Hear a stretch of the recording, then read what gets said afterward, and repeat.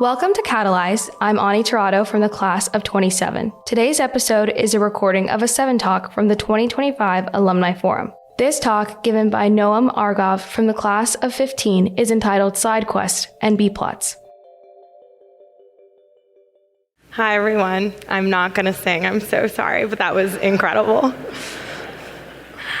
I want to tell you today about one of my favorite movies. It's a love story about 2 teenagers on a cruise ship.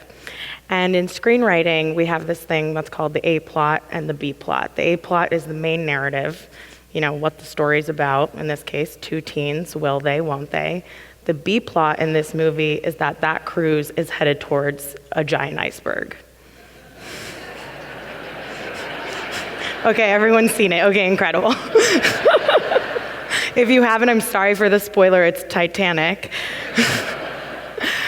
So what's so interesting to me about Titanic is that it's named after its B-plot. It's really a love story, but the B-plot tells us about who these characters are. B-plots always tell us more about characters. What do you do in these difficult situations when things don't go to plan?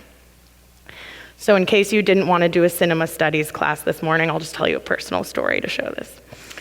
So when I was in Carolina, I was obsessed with the Mongolian Empire. I was a PWAD poli-sci double major. I was obsessed with Genghis Khan, the whole thing. Is that niche? Okay.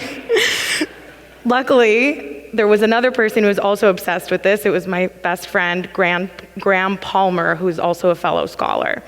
And we got the idea after graduation to do a trip across the Silk Road from Uzbekistan to China in 2 months. And it was one of those things when we were kind of joking about it, but then we both realized we were both really serious about it. So we went. So after graduation, we started in Uzbekistan, and this particular anecdote takes place in Kyrgyzstan in the middle of our trip. We're on day 1 in Kyrgyzstan, and we decide to do this horse trek over multiple days.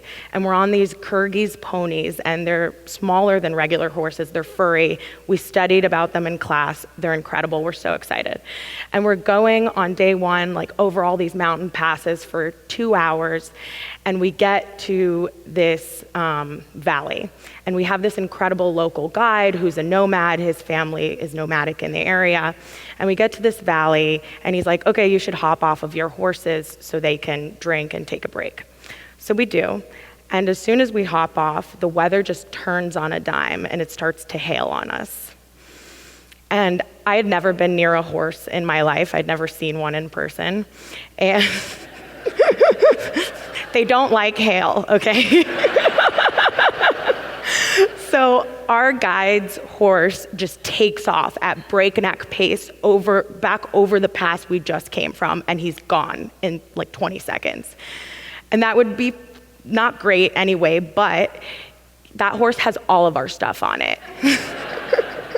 It has our sleeping bag. We were in t-shirts, we were so unprepared. We didn't know the weather was gonna downpour. And it has our passports, our money, everything. And so we're like, oh no, and we look to our guide and he's like, oh no. We're like, uh-oh. So then he's like, don't worry, sorry, I'll just grab one of your horses and I'll go get this one. And we're like, okay. So he's gone. So Graham and I find ourselves alone in the middle of Kyrgyzstan in t-shirts with this random other horse, and it's hailing on us.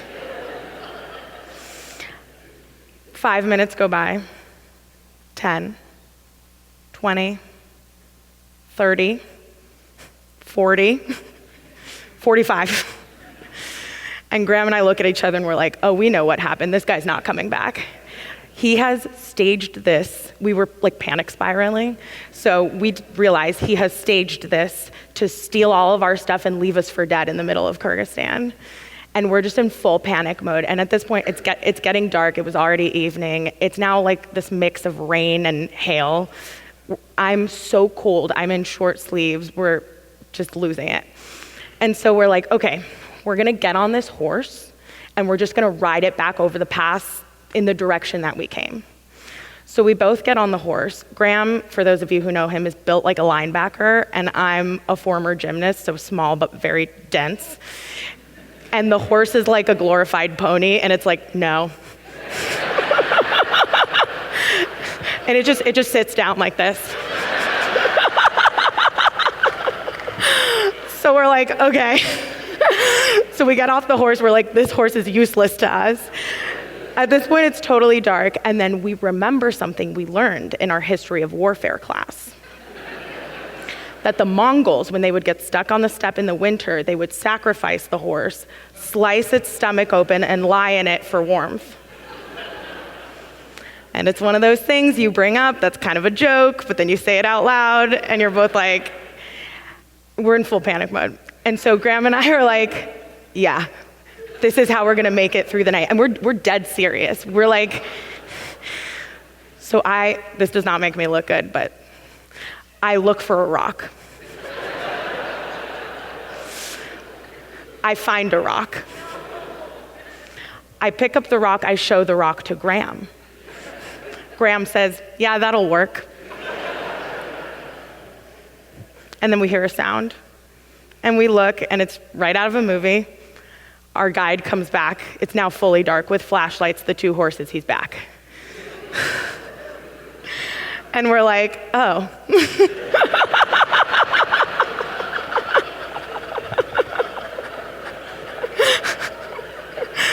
He just went back to get the horses. It took an hour. So speaking of A plots and B plots, right? B plots tell you a lot about who your characters are when things don't go to plan. Apparently, when things don't go to plan, I become a horse murderer in an hour. So I thought about that. That was something I didn't like about myself. I thought I was always like calm, cool, and collected under pressure, see the best in everybody, and that's not what I did at all.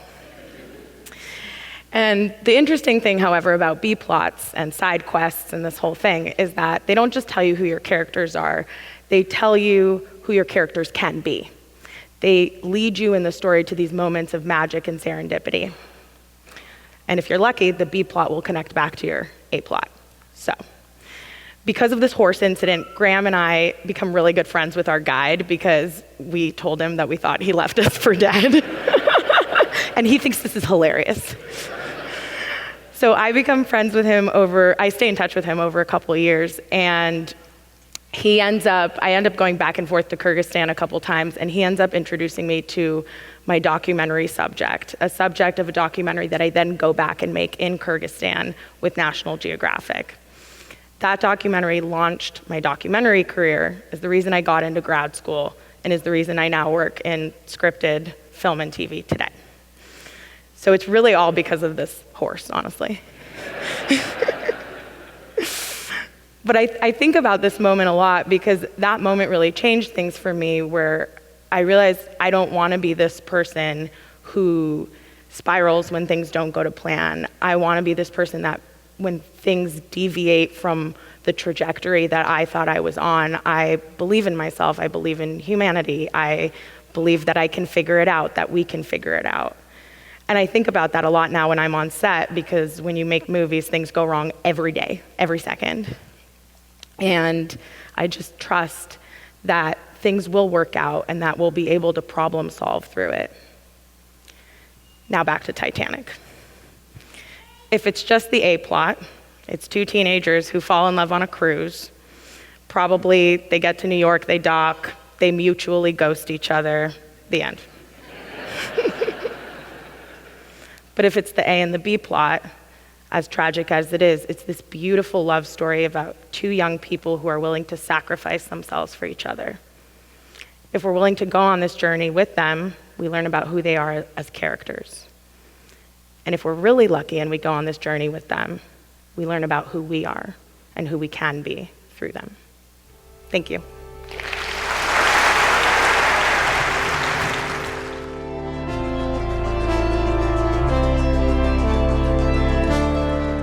Thank you for listening to Catalyze. I'm Ani Tirado from the class of 27, and that was Noam Argov from the class of 15. Noam is a writer, director, and producer with Bright Panic Pictures, and an MFA candidate at NYU's Tisch School of the Arts. To watch 7 talks from the forum, head to our YouTube channel at Morehead-Cain. You can let us know what you thought of this episode by emailing us at communications@moreheadcain.org or by finding us on social media at Morehead-Cain.